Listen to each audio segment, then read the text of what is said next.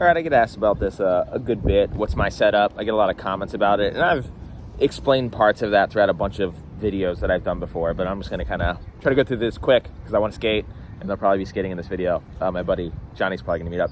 Anywho, quick rundown. I ride for 3-block skateboards. I rode for PAL, and now I don't because I ride for 3-block now. So I'm just gonna give you a completely honest opinion on the shape of the board, and then you can decide whether you would like this board or not. To me, this is the perfect shape though. So it has like a bigger nose, like not obscenely bigger, but it's like a nice round nose. I feel like a lot of skateboards more recently have been getting smaller noses, and I know that like the FA hockey camp have kind of kept the bigger noses. It's one of the few companies I know out there that has like a nose, and I'm like, oh, that's a really good nose. Black Label also always had really good noses. Solid nose, nice and rounded, doesn't do that really pointy thing that I don't like.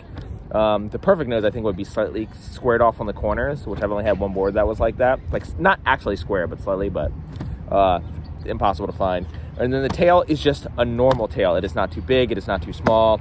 And then the concave, I would say is a medium. It's not too steep, it's not too mellow. It's a pretty much a middle bear Goldilocks, like basic board. It's kind of like your average symmetrics, cutting like splitting the difference between every kind of board, with the exception of it has like a pretty big nose. If I was to design my own board, it would look quite something like this. I ride 8.5. I used to ride 8.25, but I'm trying to get more into bigger transition, and actually it's really because Haley made fun of me for riding 8.25 and she rides 8.5. Grip tape, obviously only Mob. I talk about it in all my videos. It has, oh, that's a leaf. If you're gonna get a grip tape and you want a grip tape to actually be grippy, you get Mob. If you want it to not be that grippy, you get Jessup. If you want to in between, you can get like Iron Horse. And if you want grip tape that doesn't exist at all, but it's on your board anyways, get colored grip tape, because that shit, the second it gets a speck of dirt on it, it's garbage. It might as well be wood. So I recommend if you do like colored grip tape, you have mostly black, and then you do some color designs throughout it. I don't use the M80, which is like a slightly less grippy Mob. I tried it, and it was just, yeah, it just wasn't grippy enough. So yeah, regular Mob, best stuff ever. I always cut the grip tape in half and put the line in it, but it's not because I like the way that it looks, like the vert stripe. I don't do it because I think it's like the coolest looking thing. I do it because I suck so bad at gripping boards that like when I have a sheet of grip like this, that's pretty much the exact length of my board.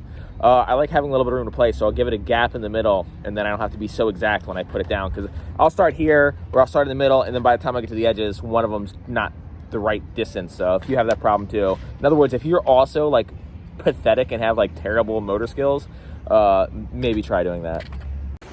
This is a thing. I know a lot of people who will take off that 8.5 sticker. A lot of people are mental about like the stickers that come with the board, and they'll like peel it off, but whenever you peel it off, it always leaves a little bit of residue anyways, and that's just a whole lot of annoying. I'm not one who's too particular about things like that. Like if my board has a chip, not that big of a deal.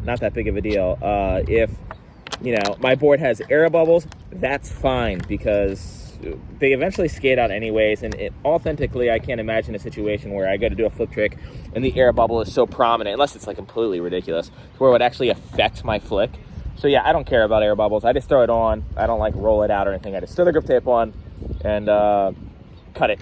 Here's a step that I skip that a lot of people don't. When it's at this point right here, a lot of people will like kind of shave it down, not shave it down, but scrape the corners, and then you have that line. It's easier to cut, I guess. I just cut it as is. I don't do the shave down thing. Not that it really saves that much time, but it just never seemed necessary to me. I understand that there is like some point it helps to stick to the corners, but I'll take the sandpaper and heat it up at the end. You'll see what I'm talking about. Another good thing about these having the stripe in it is it's an easy spot to start with the razor, instead of like cutting into the side or like sticking it straight up through the bottom. Sometimes it just makes it want to knot. I like kind of being able to start from like a exact side. And then I take excess grip tape and I just scrape down the corners.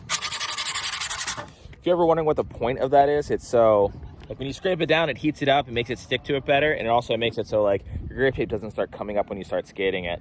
And if you are on like the East Coast, or actually any place that's not California where you actually get weather, you know that when it's cold, your grip tape wants to come up a lot. So it's really good to have this like really stuck to the edges, because I remember one time it was like, it's exceedingly cold. It was like 15 degrees and I was skating this 3-stair, and I tried a flat ground kickflip, like before I went to the 3-stair, and the board landed upside down, and the grip tape literally bounced off my board because it was so cold. So glad I don't have to deal with that struggle anymore. My condolences to everyone who's trying to skate in the cold right now with a brand new board with brand new grip tape. That is a nightmare. If you're like me, you're pretty daydreamy when you're doing anything like this. So I do. Like, I can go by my grooves. I skated these trucks long enough that I can look at the grooves and be like, this is my front truck, this is my back truck. But it would be a great decision to actually mark which is the front truck and which is the back truck. Put a, F on one and a B on the other on the underside. It goes a long way. That saves me a bunch of times when I'm switching new trucks to a new board that I've already skated and I'm starting to break in the bushings already. You really can tell, especially when you have like a little bit more board feel and like you've been skating for a little bit longer, like which is which. And it's like a very, very, it's not a hack. It's a very obvious thing to do, but I would like to remind you to do that because it's a thing that has helped me a lot. This is pretty dumb, and I don't know anyone else who does this. This is just how I always put my cut the holes in the grip tape for my bolts and nuts. Hit it with my truck, then hit it back up. Then I get, I don't know. It makes sense to me. It seems kind of fast. Maybe it's not. I usually don't carry like a tool that's like thin and sharp. And whatever bolt, if you do it that way, it'll get some grip tape on it, and then you just got to clean off the bolt a little bit. It takes 3 seconds. You go like this, and then you get the grip tape off. Look how blown out that is. I mean, that is like pretty much like a big circle. The thing that I switch out the least is probably hardware, even though I definitely should, because this is super annoying to deal with. Buy hardware in bulk. That's a recommendation. My friend Josh Toltz one time for my birthday gave me like 1 million pieces of hardware, and yeah, that was the best gift ever. Trucks, I ride. Independence, not for, like, I like Independence, I like Thunder. I could go more into detail about all the different type of trucks and like the differences between them. I'll save that for another video though, because I want to make a video on like how to make your own personal perfect setup. I feel like I know a good bit about different products. This is just what works best for me, and I don't necessarily think that like Independent is better than like truck A, B, or C. I just think it's better suited for me and the type of skating that I like doing. And I know a little bit about like what trucks kind of work for what kind of skater, but that's a whole other video. Anyways, all right, 159s. And my board's 8.5, so I like my truck slightly bigger than my board. And I've mentioned a couple times I do that mostly for like front crooks and being able to see like being able to peek over the edge of my board and see like the nut of my truck. So it's like easier for me to gauge like how to lock into a grind, like how far over I have to shuffle, especially toe side stuff. Now, when tightening my hardware, this is just something that I always do. I'll like buy one of these. They're super cheap. You want a power drill. I will not set up a board with that power drill. I mean, I will, but I'll complain about it the entire time. Anyways, also you want a silver tool. This is not a silver tool. Silver tools are the best because they have the little like ratchet thing for this part, and it's just really easy to work with. But this is how I do it anyways. I'll use the power drill and I'll go in this far. Then once I feel it start to like want to spin out or like start to strip it, you just finish it off with this. That way you don't have to worry about having hardware that looks like mine. When I'm sinking these in, I try to get like flush or slightly under. If they stuck up even like the slightest bit, like if they stick up like 1/10 of a millimeter, I'm still like, whether it actually affects you or catches your shoe, I don't know, but this is just what I do. Personal preference. Another quick hack is if you have one of these so blown out that it won't catch anymore and you can't use a screwdriver or a hand tool or a power tool, you can take a rubber band and lay the, like snap the rubber band in half. It's easier that way. And then you just lay it across and then stick the tip of this through the rubber band into the screw, and it'll grip it a lot better. Then you should be able to finish it. But the problem with that is if you're putting a board on, that means you're gonna need a rubber band when you take the board off. But if you're having trouble just getting it off, then that's probably the best time to try that. Yep, rubber band on, boom, then it works. Another common problem that I see people is when they bust through their grip tape. If you bust through the bottom side, a lot of times it'll fold the grip tape out, and then when you put these pieces of hardware in, it's going to stick up a lot more, and it's going to be a lot more work to try to like tighten it all the way down. So if you see these little flakes right here, like do your best to just pull it off without like ripping further into the grip tape. That way you don't have so much to try to push through. As far as wheels, I ride 52 millimeter acid chemical co wheels. The reason I ride them is because they're loud when they power slide, but they still don't flat spot, so you kind of get the good thing out of Bones where they don't flat spot, but also they're a little quiet when I do tail slides with Bones. I like, Bones are a really good wheel, but they're just not that loud when I do like lip slides and back tails and stuff like that. These are loud and they don't flat spot. And all my experience with Spitfire, I always flat spot them, even when they're with like the non-flat spot formula. I'm sure they've maybe come out with a newer formula since I tried them last, but I know people who swear by Spitfire, but I've never had a good experience with them. And of course, without a doubt, when it comes to bearings, there's only one way to go, and it's obviously bones. But I'm gonna tell you something you probably already know.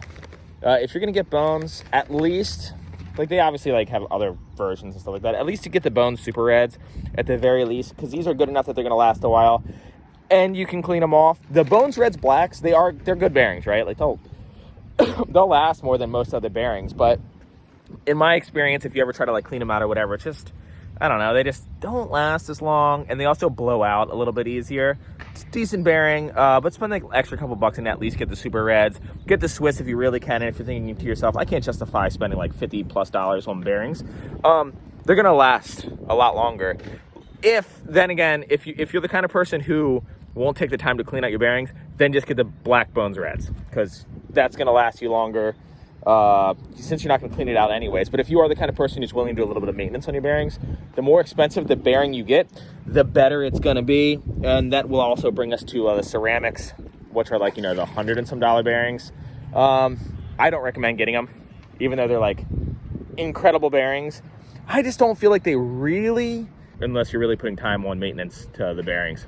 I recommend the best bet is the Swiss. The best bang for your buck is Swiss. And last but not least, deck rails. The deck rails that I use, Bev Up deck rails. They are the best deck rails in skateboarding. That is 100% true.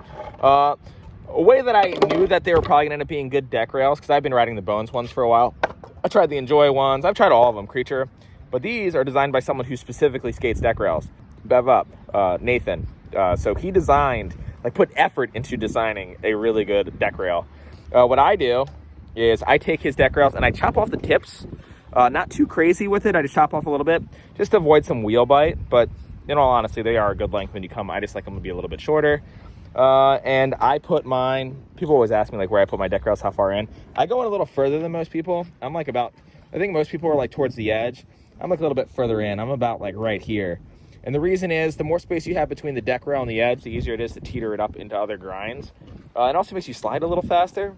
But at the same time, it makes it a little harder to hold a longer slide. It's still easier than a regular board, but a little bit harder than if you have the deck rails all the way out. So if you're just trying to do really long slides, have them further out. If you're trying to get a little technical with it and slide a little faster, put them a little bit more in. Now, if you do end up doing the chopping of the deck rails like I do, make sure that you don't chop any further than it coming extremely close to lining up with this. See how it's like pretty much perfectly lined up with that? And the reason is if there's a gap here and you're locked into a front board on something with a sharp corner, you can get stuck in it. So you want it to be within, I would say, 2 millimeters of overlapping this on either side of it. Now, if you're interested in trying out deck rails, but you're not sure if you should ride them, I have a video. If you click wherever on the screen, you can click a video. And that's a video all about deck rails, except for there's skating in it. It's like me skating deck rails, but I also go way more into depth about them and whether they're for you or not. And I'll also link Bev Up's deck rails in the bio as well, because in my opinion, they're the best. Click that link to purchase some deck rails.